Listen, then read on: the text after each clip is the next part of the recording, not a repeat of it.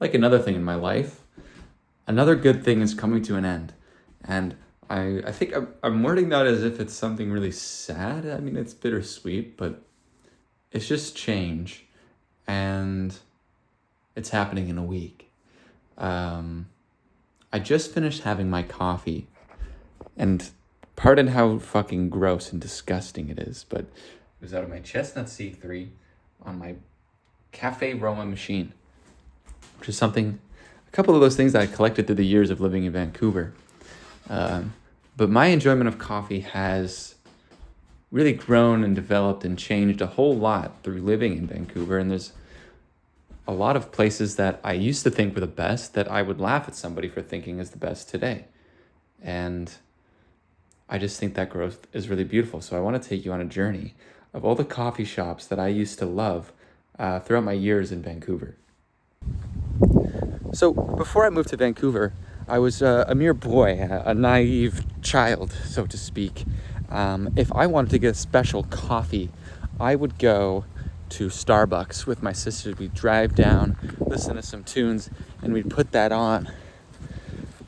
And I thought that was peak. I get a Starbucks oat latte, and I thought, man, this is fucking nice.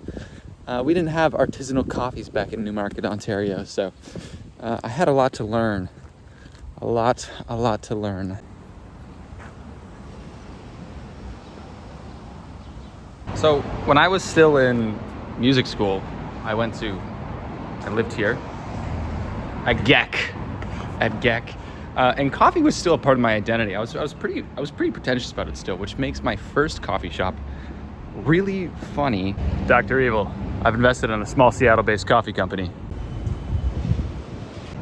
I'll say I was mostly buying my coffee just to brew at home. I would get Kicking Horse coffee, which I still buy today. It's pretty good.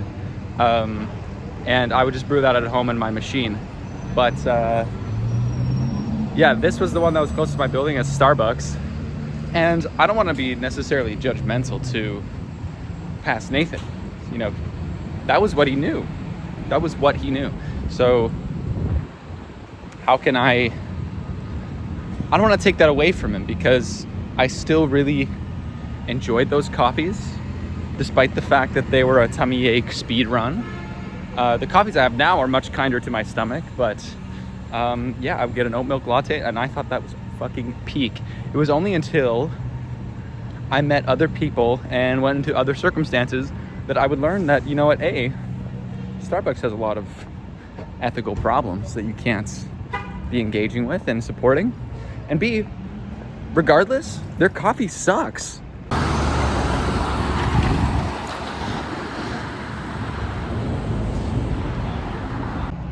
Welcome to me old stomping grounds. Now, I'm just outside, just leaving. I actually use their washroom. They have a nice washroom, these people.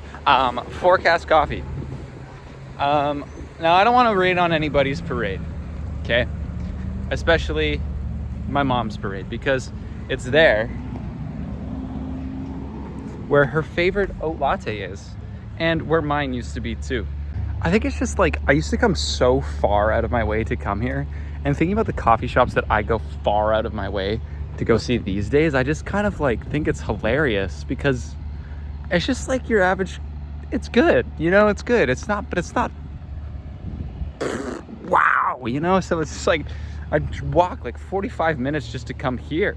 Like, this wasn't even like close to where I lived. At least with the Starbucks situation, it was like right under my building. I didn't have that excuse, because it was just that like little step, you know, above Starbucks. And I think something to do with having found it myself, because I'm an individualistic, I got a complex, you know. Something about finding it myself just awoke that like the coffee hunter, you know, trying to search for that next best thing, because if it could be that much better than Starbucks, maybe it could be that much better than Forecast. All right, so I'm here in Jonathan Rogers Park, and I'm here to illustrate something that was pretty pivotal for me in my coffee journey. I used to go to school right there, okay? For about 3.5 months, I went there. And there was a Starbucks, like a 15-minute walk that way behind it. And I would go there a lot because, again, at the time, all I knew was Starbucks, okay? But something changed in my coffee journey when one day it was raining outside and I didn't have time to walk to Starbucks, so I had to go to the closest coffee shop, where I found myself at Milano. Yes, Milano. That's Italian. And they had something pretty special there that I never really paid attention to before. I'm not gonna say I'd never seen it before, but I never paid attention to it before. And that was being able to select your bean. I asked for a latte and they said, "What bean do you want?" What? Qua? I don't know. Fucking the coffee that you sell. So I think this awoke something huge in me, that I could compare and contrast same price coffees. These coffees were all the same price, but they had different qualities to them. Some of them were more chocolatey, some of them were lighter, some of them made me feel more awake, some of them were fruitier. And then they had the legendary butter beans, which is coveted by Vancouverites across the world. But I will say, I have qualms with it. Here's the thing. They're charging extra for what is supposed to be their specialty blend. And they market themselves as a specialty coffee roaster. But I'm gonna be honest, there's not all that much special about the butter beans. Yeah, it's a little bit creamier, but when I am paying extra for my coffee bean, I expect a little bit more complexity there. Maybe it's got some really bright fruity tones over top, and I'm just not getting that with the butter beans. Now, I don't want to rain on anybody's parade. It's good, but I don't think they should be charging extra for it.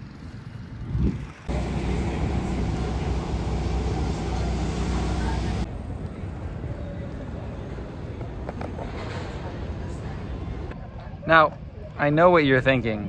Why are you outside of Cactus Club? Nathan, I know that it says cafe in the name, but man, you've got to realize it's a restaurant. Well, here's the thing.